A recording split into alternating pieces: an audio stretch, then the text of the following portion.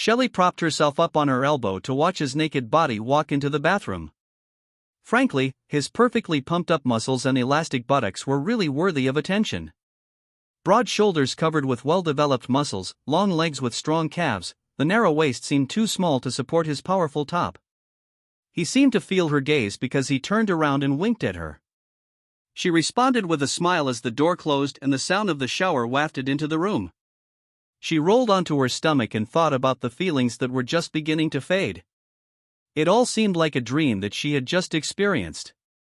It was impossible for it to be real, but it was real, and that was the problem. Shelley Spaulding, 36 years old, wife and mother, was only now beginning to realize what she had done. For the first time in her 15-year marriage, she cheated on her husband Jerry Spaulding. She betrayed him, her daughter Tracy, and the sanctity of the wonderful family they shared, and she did it without thinking. Still, as the thought of what she had done entered her passion-clouded mind, she began to tremble. Her hands suddenly became cold. Her mouth suddenly went dry. Her body, which until now had been the property of her husband and his alone, was no longer relaxed. Now she felt the need to get up, get dressed and leave. Panic began to take over and forced her to move.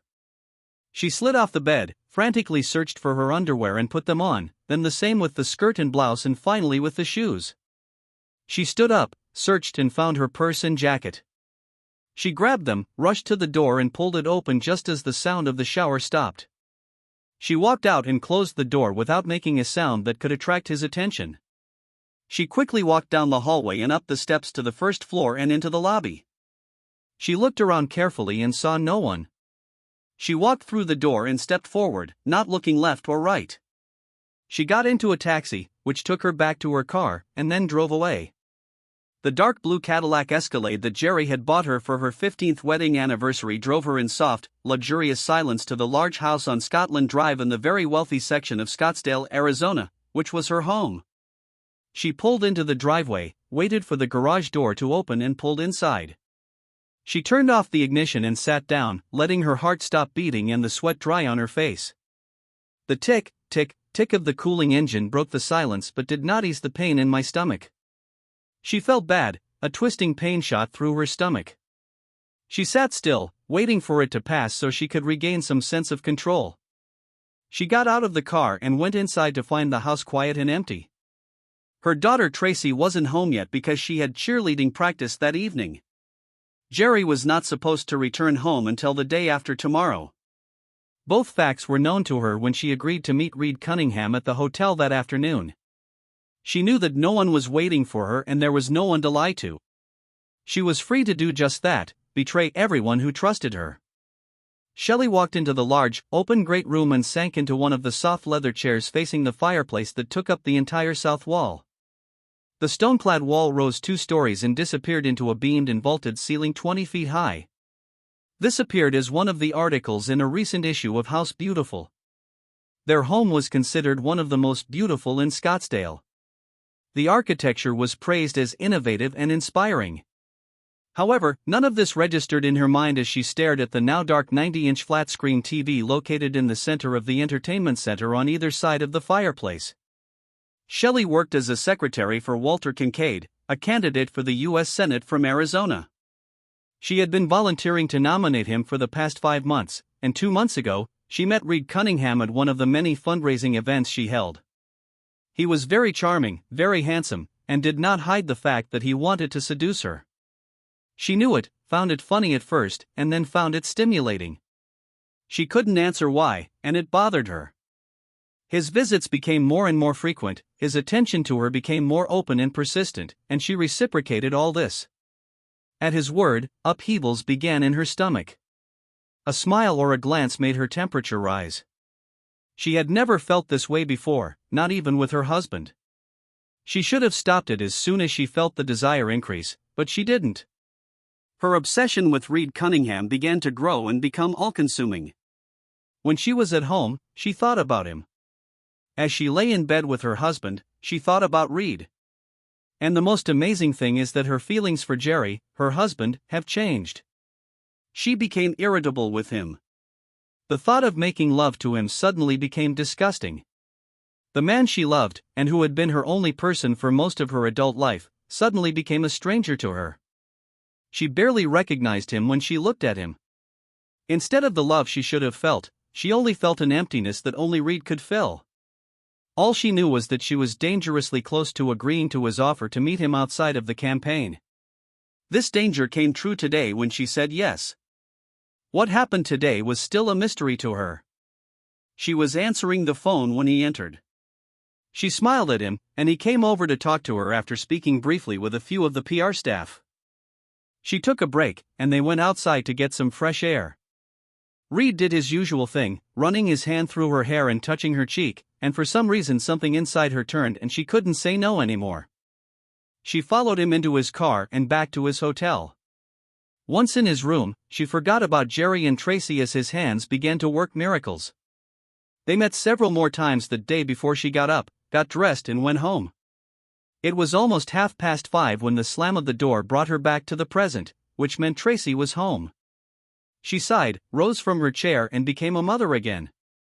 She felt a pang at the thought, but then forgot when Tracy started telling her about her day and the new guy who asked her out. She was already deep into her story when Shelley began taking things out of the freezer to prepare a late dinner. Shelley busily prepared dinner, her thoughts were on something else, while her daughter talked and talked. Fortunately, Tracy did not pay attention to her mother and did not notice that sometimes her words fell on deaf ears. The two of them sat at the table and just talked while they ate the simple dinner she had prepared. It was nice, she thought, to spend time with Tracy while they chatted about things that concerned only them. She watched her daughter and felt the love she had for her flower. She loved her daughter and her life. She loved what they shared and the adventures her daughter had. Then she thought about Jerry and how he had worked so hard to provide these things for everyone, and the thought brought a flash of pain and instant regret for what she had done that day. But then her thoughts filled with Reed Cunningham's face and all the guilt disappeared. The daughter's words also disappeared. Tracy didn't notice the sudden change in her mother or the silence that followed until she fell silent, waiting for her mother to return with some comment about her story about Jason, with whom she was in love at that moment. But she looked up and saw her mother looking out the window, her mind clearly elsewhere. Offended, Tracy stood up, took the plate to the sink and left the kitchen. Her mother barely noticed, and it hurt Tracy more than she could imagine. But on the other hand, her mother had been acting like this for months now, and she was starting to worry. She decided to wait until her father came home and then talk to him. He would have known what to do. After all, he was dead and could fix everything. Jerry Spalding was one of those rare young men who discovered a very important secret while still in high school. He attended many talks at the high school gymnasium about getting an education, finding a good job, working hard and having a career. You had to impress those above you so that you, in turn, could advance forward. He listened to every word but did not believe any of them. He didn't want to impress those above him. Yes, he wanted to work, but not for others. His attitude was completely different. Jerry knew what he wanted to do. He wanted to get rich working for the most important man in the world, myself. Instead of going to college and getting a trade after high school, Jerry went to the library and took a self-help class. There he learned how to buy and sell real estate and do it in a way that required little money but had the potential to make a lot. He read, studied, researched more and then decided to give it his best shot. He found an old duplex that someone wanted to sell because it was depreciating at almost zero. They wanted to sell him at a good price and Jerry decided to make his first deal. He lived at home with his father. His mother died of cancer when he was 15 and Jerry and his father found a way to adjust to life as a couple. Although he was 18 and could negotiate contracts, he had no credit history, so he had to ask his father to guarantee him. His father was a very smart man and understood exactly what his son was up to. He fully approved of it and pledged it with minimal resistance. He looked after his son but very soon he saw that Jerry knew what he was doing. Less than 2 months later, Jerry resold the property for a handsome profit. He paid off the loan, quickly found 2 more properties and did the same. Again, he resold them and now had the money to start on his own without his father. Jerry was on his way to riches. He never looked back. When he was 22, he was already a millionaire and was on his way to even greater wealth. His company was doing bigger and bigger deals and his name was well known in Scottsdale. He was often invited to parties where the rich entertained and made contacts. At one of these parties, thrown by someone important, he met Shelley Lambert. He fell hopelessly in love that same night and began to pursue her the way he always did everything, with all his might. His only goal was to make her his. They dated for almost a year before Jerry proposed. Shelley was ready and accepted his offer. Her parents were schoolteachers and they were impressed by Jerry's wealth and personality. They gave their blessing and Jerry's father already fell in love with Shelley. He said he would be happy to have her as his new daughter. They planned the wedding and got married 3 months later. They were lucky that Tracy was born later because Shelley and Jerry knew she was pregnant before the wedding. Everyone else accepted it, or at least pretended to. Time passed and the trio continued to live as one of the wealthiest families in Scottsdale. Jerry and Shelley bought the house they now lived in when Tracy was 2 years old and they had lived there ever since. They expanded their property several times, built a swimming pool, a large terrace with a grill and all amenities, and a large pond with water plants. All this turned their home into one of the showpieces that eventually ended up in the pages of House Beautiful magazine. Although they didn't avoid Shelley getting pregnant again, it didn't happen a second time. When they went to the clinic to find out what the problem might be, they were told that Shelley was unlikely to be able to get pregnant naturally and, in fact, Tracy was almost a miracle. Jerry continued to make deals and make more and more money. Shelley stayed home with her daughter and was involved in local charitable and political activities. As Tracy got older and spent more time outside the home, Shelley became more involved. It was then that she decided to enter the political field and then, 3 months later, for Walter Kincaid, a candidate for senator from the state of Arizona. Jerry Spalding was happy with his day. He was in Denver and had spent most of the day reviewing contracts he had negotiated with the consortium that owned the piece of land he wanted to purchase. They were cunning, he had to admit it. They identified a couple of items that he included specifically for this purpose, but they did not realize that these were the items they were supposed to find. In fact, there were a few false leads they had missed and he felt obligated to point them out as if they were a surprise to him. This established the atmosphere of trust he needed to ensure the deal went as planned. The best part was when they all signed the contract and the secretary, acting as a bailiff, certified it. This made it legal and binding and he had exactly what he wanted. The site itself was not worth the money he paid, which pleased the consortium, who were glad that they had outsmarted the foreigner.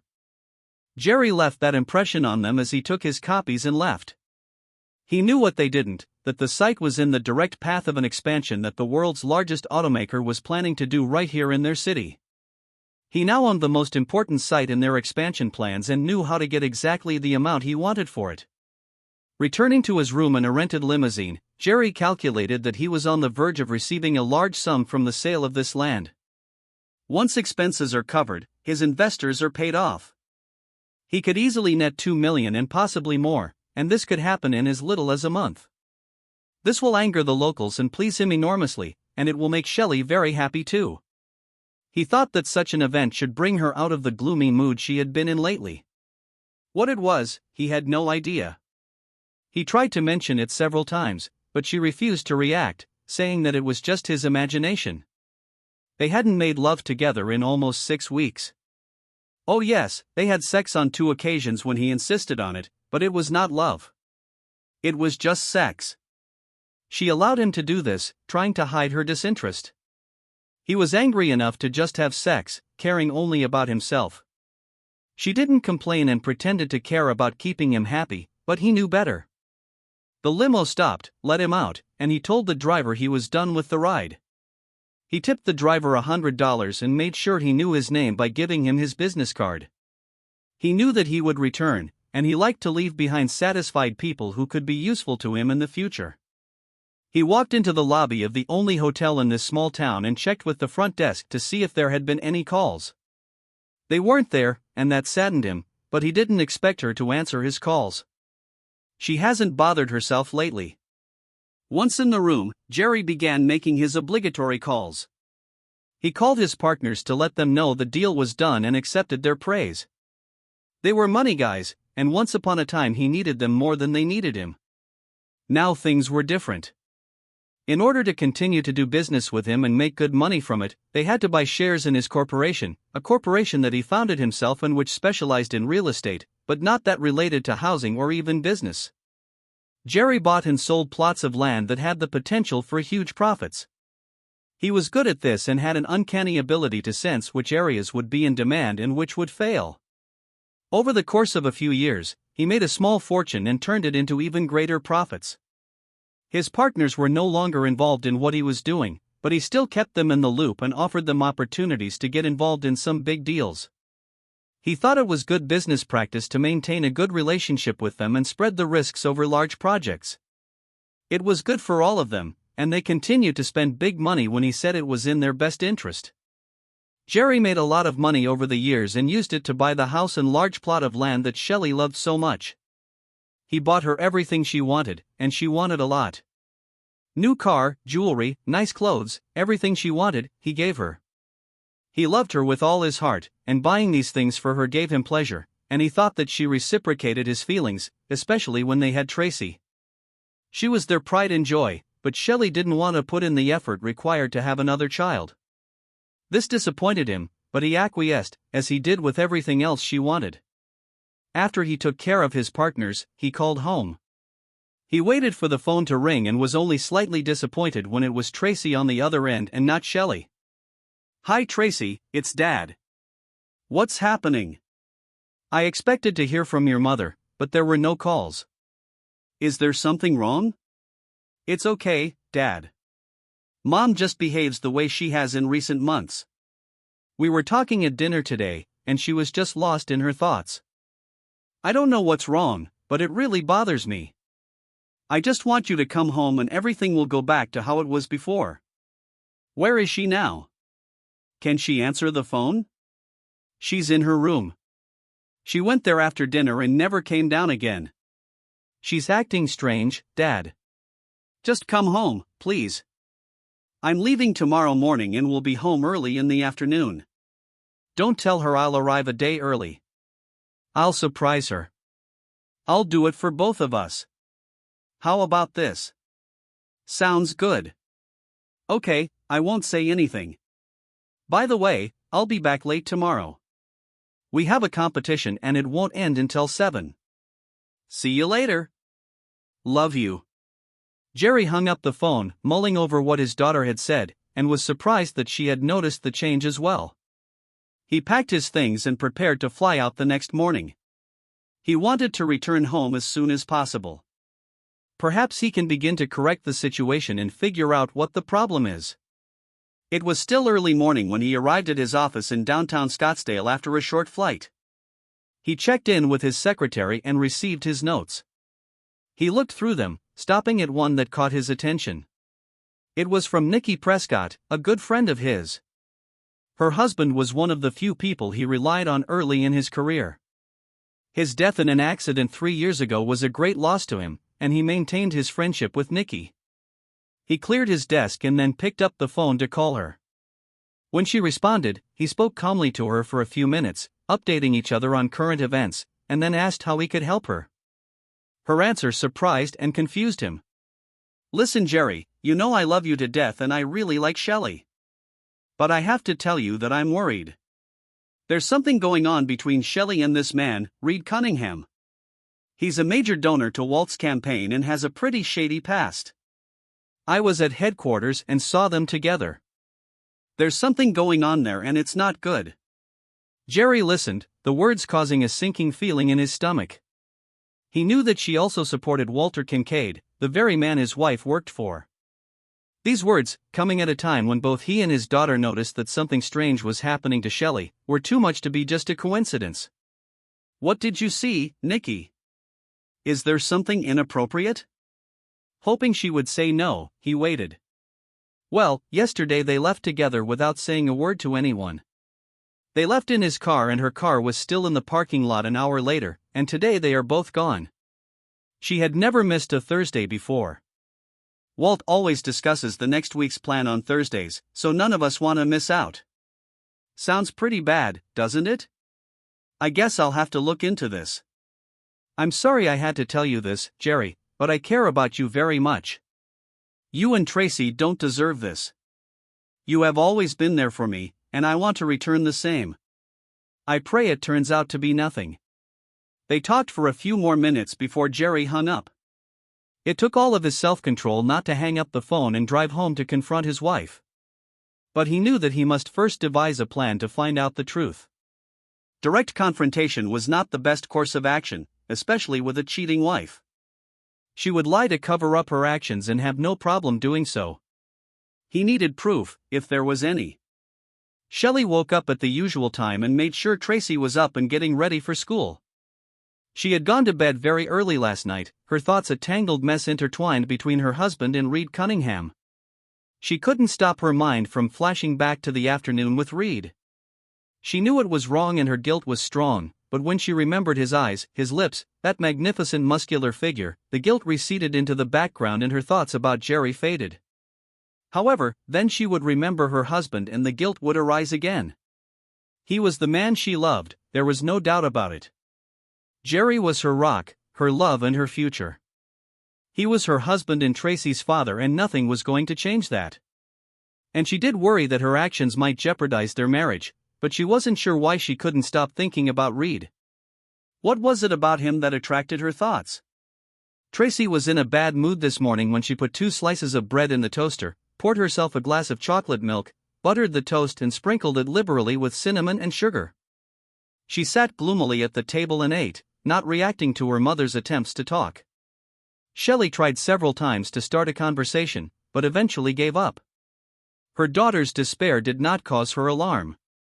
She watched her daughter leave for the bus and felt some relief to see her leave. She needed some time alone to clear her thoughts. Jerry was to return home tomorrow and then she could try again to become the wife he expected to see. She knew she hadn't been like this lately. Jerry's plane landed at the airport and taxied to the gate as Shelley got dressed for the day. An hour later she stood at the sink, dressed and ready to go to a meeting at Walter Kincaid's headquarters. It was a weekly planning meeting and she never missed one. She had just finished washing a few dishes from breakfast when the doorbell rang. She went to open it, wiping her hands with a towel. She opened the door and saw Reed standing there smiling. Surprised by his sudden appearance, she stepped back and he took this opportunity to enter and close the door behind him. He stared at her as she stared back at him, eyes wide and mouth open in surprise. He didn't say anything but walked up to her and took her into his arms. "You look and smell great. I couldn't get you out of my head all last night and I couldn't wait any longer this morning. I have to make love to you again." Shelley was torn by conflicting feelings. Jerry was coming home tomorrow and she had to fight to get back to what they had, to make their marriage meaningful again. She also felt a growing hot feeling in her stomach from the contact with Reed. His pull was overwhelming and she knew she was falling too fast. She only had one chance to say no and that was that moment. "Please, Reed, do not do that. Please don't do this." She tried to resist but even for herself her words sounded without conviction and her movements were more like an attempt at seduction. While Jerry was talking to Nikki Prentice, Shelley and Reed had just begun to betray Jerry again. Jerry was finishing his plans as Reed walked out of Shelley and Spaulding's house. He knew what he was going to do. Jerry drove home, putting his plans into action. He decided that he would not say anything to Shelley until he had a good reason to do so.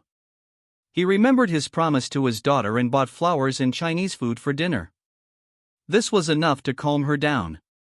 Something unusual, something a loving husband would do for his beloved wife. So much for pretending.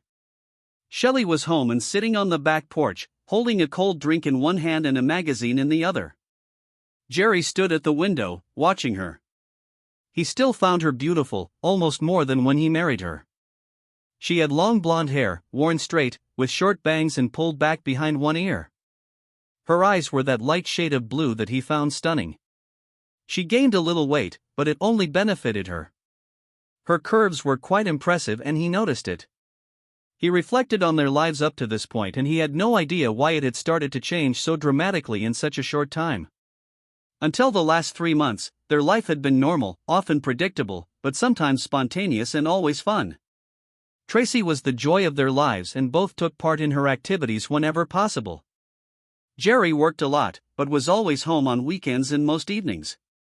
He took Shelley with him on trips whenever possible. Then the changes began. Shelley became quiet, more tense, unusually irritable over little things, and their sex life came to a screeching halt. Except for the 2 times he remembered, she had been cold and distant. He did nothing to provoke it, and when he tried to discuss it, she rejected him. Now that Nikki called, everything fell into place. Jerry returned to the kitchen, grabbed a cold bottle of beer, put the flowers in a vase and the food in the oven to heat up.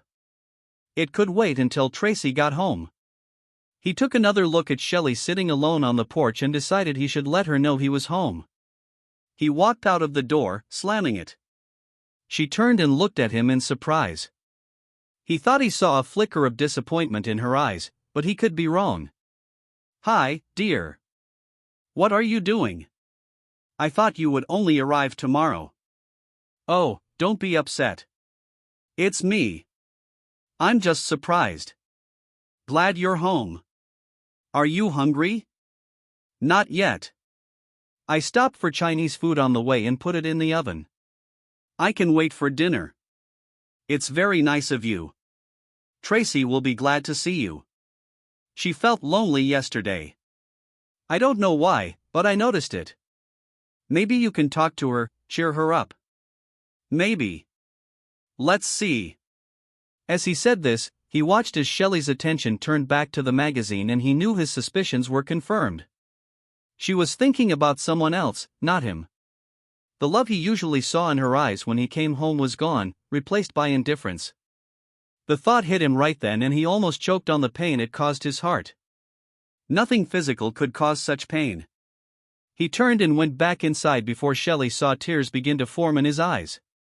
He quickly walked through the kitchen and entered his office, where he closed the door, turned the lock and fell into a chair. Then he let the tears flow.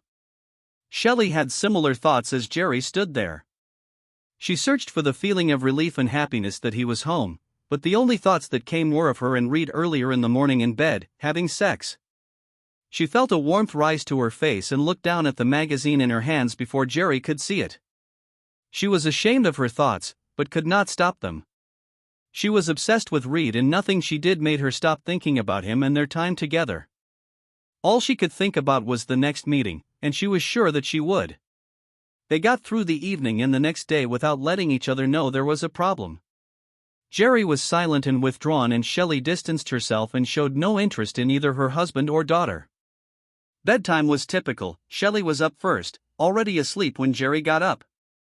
Jerry and Tracy left the next morning and were out most of the day. Shelley didn't notice as she went to work, and when Reed came to pick her up, she went with him to the motel again, and they stayed there until it started to get dark. She showered, got dressed, and drove home to find them missing. She made a small dinner from the leftovers and waited for them to return, thinking about Reed as she had for most of the past few months. When Jerry and Tracy returned later, they told her that they had been to a baseball game where Tracy's current boyfriend was playing, then they had gone to milkshakes, and then to a movie. Jerry was sitting next to his daughter, and it was hilarious when her boyfriend tried to hug her only to find that Jerry's hand was already there. Tracy took it in stride and enjoyed their time together. Shelley felt a small pang of guilt when she realized she didn't know who Tracy was talking about. Nothing much changed over the next 2 weeks. Shelley met with Reed twice more, pretending to volunteer. It was the following Tuesday when Shelley announced that she was going to work at campaign headquarters for a couple of hours. She was vague about telling Jerry when she would return home. He listened when she called and was calm when she said she might be late. He agreed to start dinner and take care of Tracy. He hung up and then made his own call. He gave instructions to the person on the other end and told him to call back the next morning. Jerry and Tracy shared a dinner of pizza and Pepsi with hot cinnamon rolls for dessert. Neither of them really missed Shelley, and they enjoyed each other's company. Tracy once mentioned that her mother had been skipping a lot of dinners lately and was not in a good mood when she came home. Jerry allowed her to speak but did not speak negatively about Shelley. It was noted in his thoughts, however, that Shelley had made a lapse not only in their marriage but also in her role as a mother.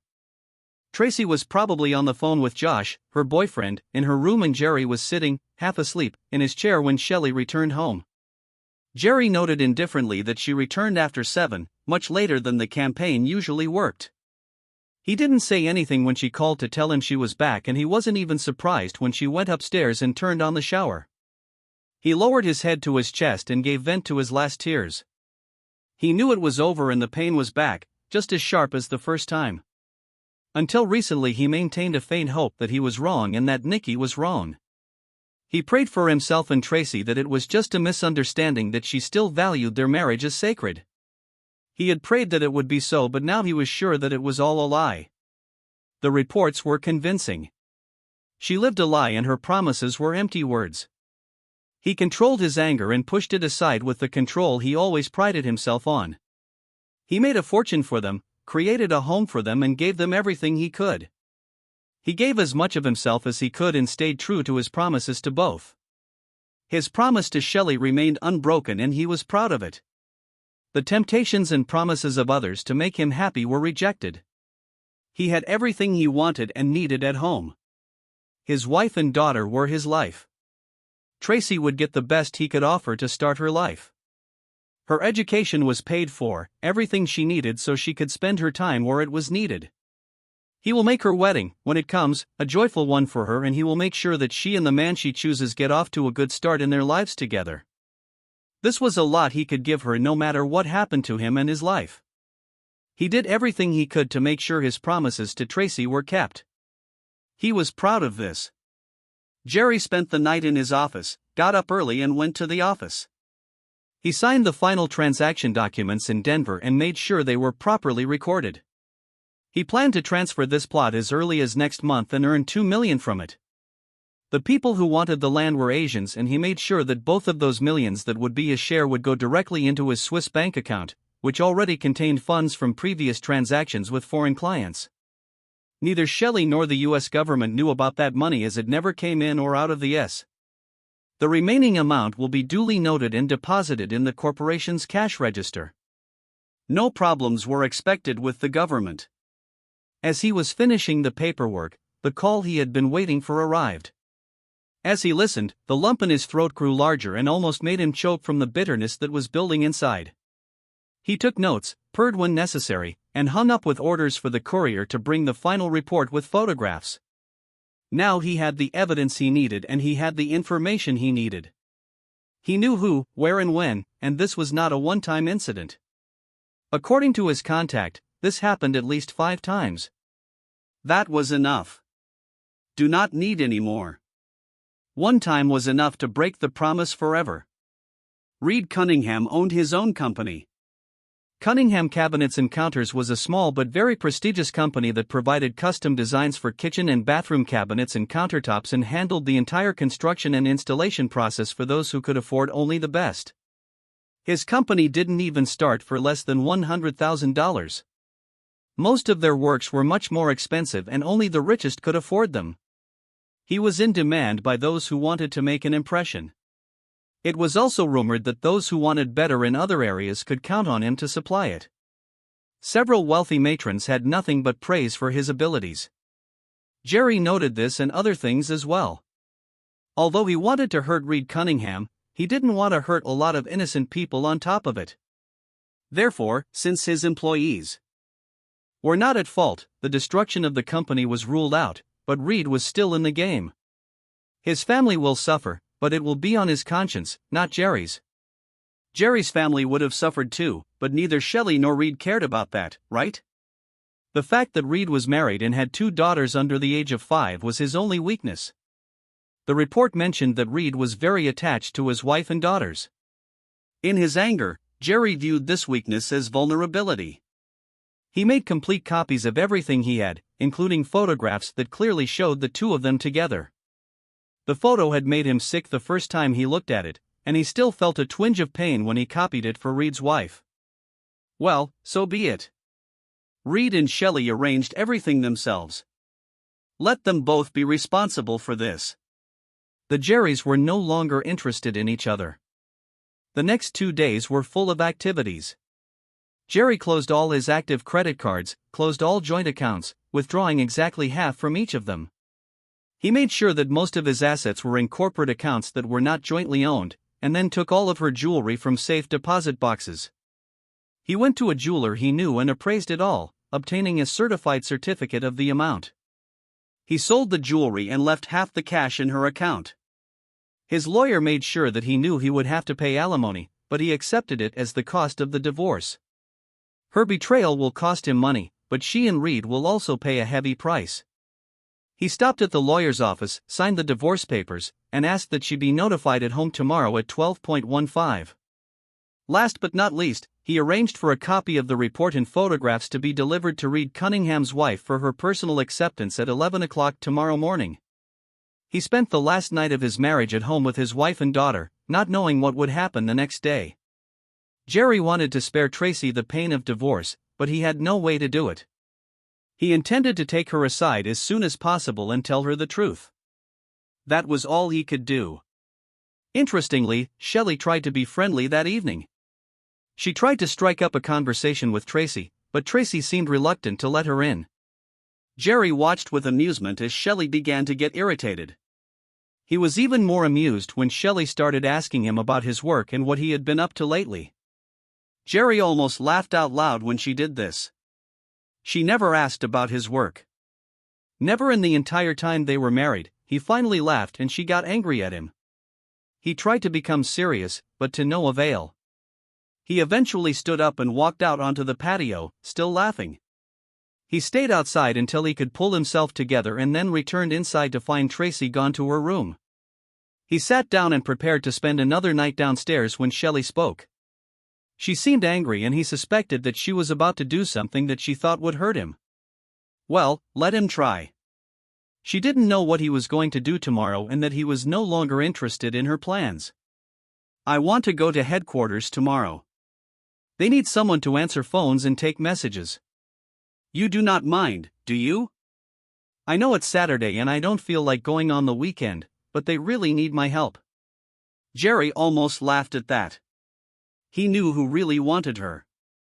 He decided he wanted this to end, so he thought about it and replied. I need you to be home tomorrow at noon. There are some documents you need to sign and they can't wait. I must insist. From noon to 12:30 is all you need. After that, you can do whatever you want. Shelley looked like she wanted to object but decided it would be out of character. She agreed and went up to the bedroom, thinking to herself that she would call Reed and meet him later in the day. She didn't care when, as long as they could be together. She closed the bedroom door and got dressed for bed. As she lay down, her hand automatically went to the left, where Jerry usually slept. She looked at the empty space and felt a chill run down her spine. She suddenly realized that Jerry had not slept next to her for the past few days. In fact, he hadn't slept with her in longer than she could remember. She felt tears begin to fill her eyes and allowed sadness to overwhelm her. Why did she do this? What was she thinking? Reed had somehow bewitched her and she couldn't think about anything but him. Her marriage was failing and it was entirely her fault. Her daughter was moving away from her and Jerry was laughing at her clumsy attempts to talk to him. And it was stupid. He could see it. What else could he see? Suddenly, she was overcome with fear that she could lose everything she loved, and she knew deep down that she truly loved Tracy and Jerry more than life itself. Damn it, what was she doing? Suddenly, being obsessed with Reed Cunningham seemed stupid. Now the thought of him did not cause a shiver of pleasure but only a feeling of disgust and fear. She rolled over onto her stomach and pressed her face to the pillow. She began to sob, deep, soul-wrenching sobs that hurt. How did she get to this point in her life? How did she cut Jerry out of her life so easily? How could she give herself to another man who didn't love her? She knew this about Reed, that he didn't love her and only wanted her for sex. They didn't make love, they made sex. She thought back to the time she and Jerry had recently made love and realized that she couldn't remember the last time. She thought and finally remembered that they had not made love at all. Suddenly, she jumped out of bed and ran to the bathroom. When she collapsed on the bed, she felt bad, she was sweating. She told herself that tomorrow she had to finish everything with Reed. This must stop and she must dedicate her life to her family and Jerry again. She really loved him, She couldn't imagine her life without him and it scared her. Tomorrow everything will change and the rest of her life will be different. She will do everything possible for him, she will do anything to compensate him. Downstairs, Jerry curled up on the couch in his office and closed his eyes. He cried all he could and endured the storm of pain, anger, and all the other emotions that signaled the end of 15 years of his life. Tomorrow would be the first day of the rest of his life and he intended to make it a big day for the two people who were responsible for it. A few minutes before noon Jerry came out of the garden where he had spent the morning. He washed his face and hands, took off his dirty shirt and work pants and changed into a casual shirt and pants. He gave Tracy $50 and sent her and her friends to the mall. He went into his office and closed the door, taking out a report and photographs from a small safe. He took one of Reed's enlarged photographs of Shelley's and looked at it again. Now he felt only slight irritation. Great. He laid her face down on the report.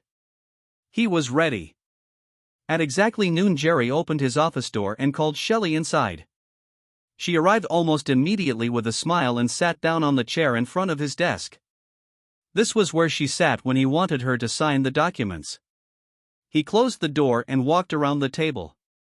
He sat down and laid out the photo face down while he waited for Shelley to get settled.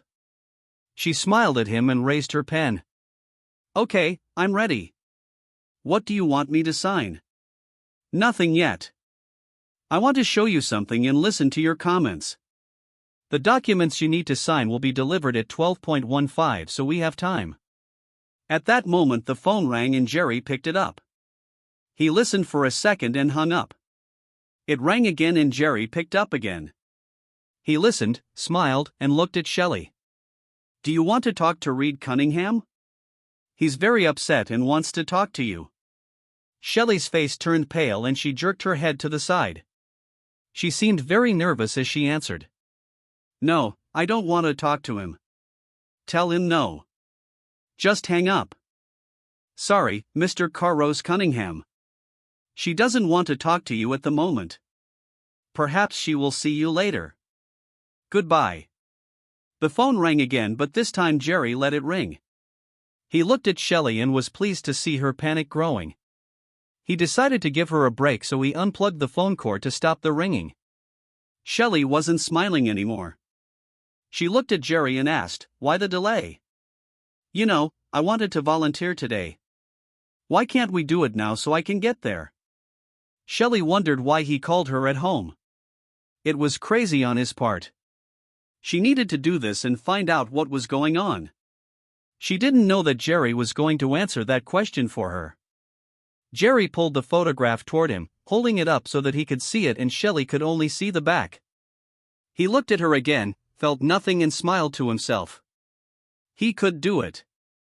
He placed the photograph face up and turned it so Shelley could see it clearly. She looked down and the forced smile on her face immediately disappeared. You know, how do you know? Oh God, not now. Please God, not now. Oh please. Shelley's face became even paler. One hand covered her mouth and the other grabbed the armrest of the chair.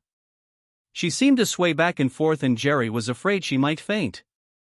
He watched in amazement as she actually lost consciousness. Her eyes rolled back into her head, leaving only the whites visible as she swayed to the side. Jerry instinctively tried to catch her before she fell to the floor.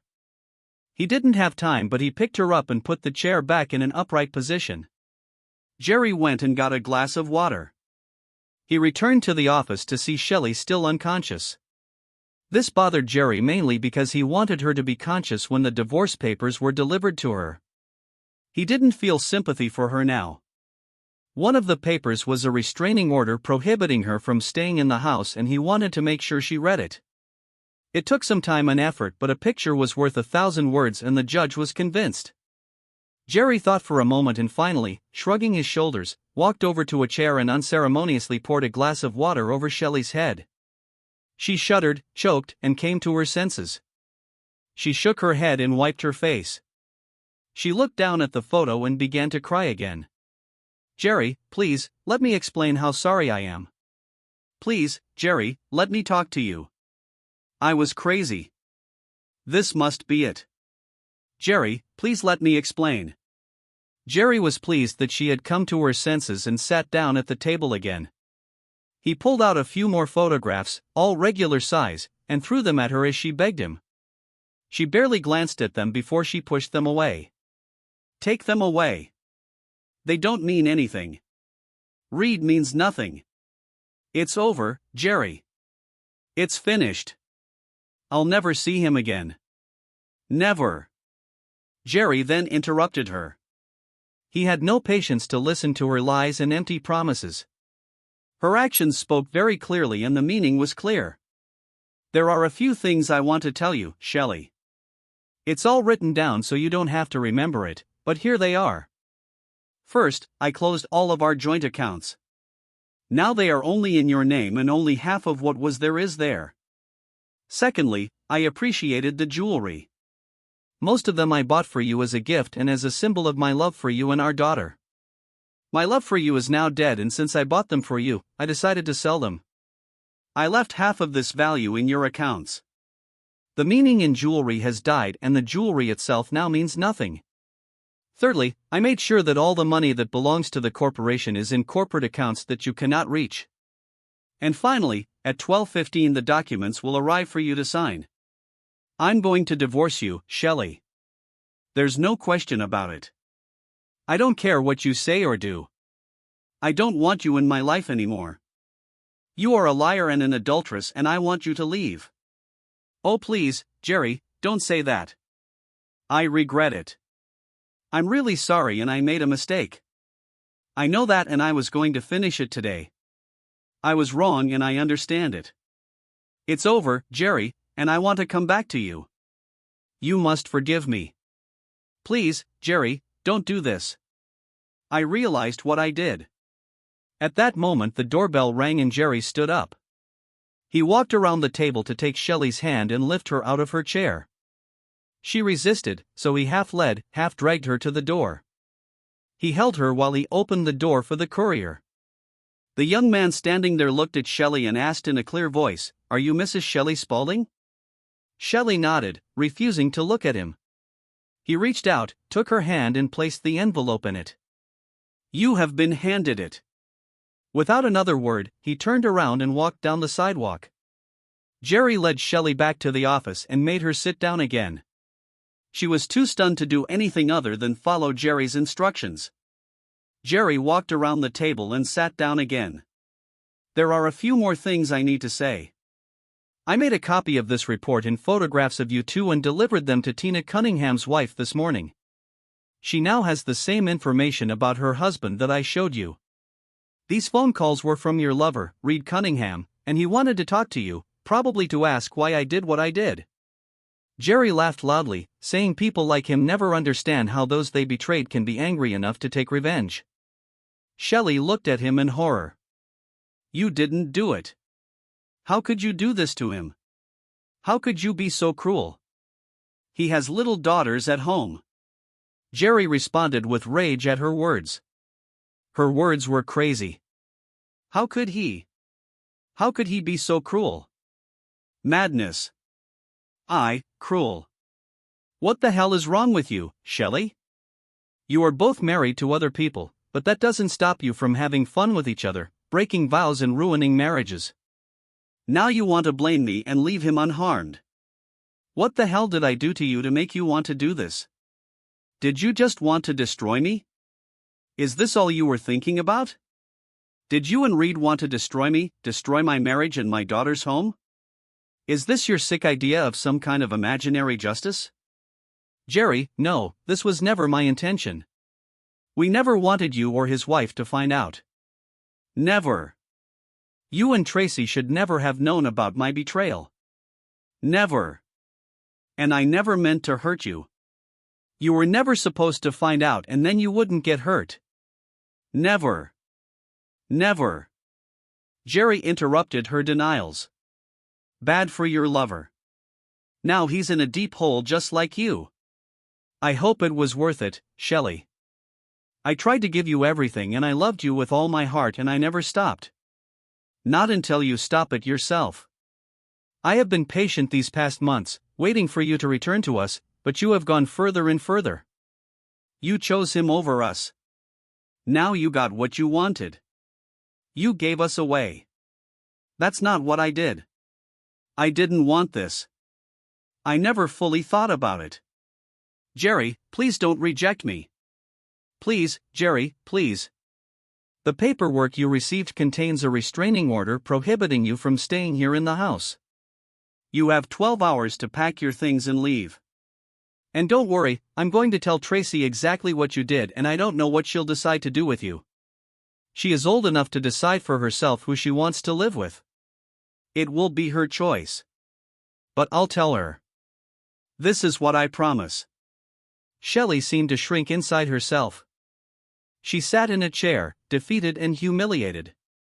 Jerry looked at her and found himself lacking compassion.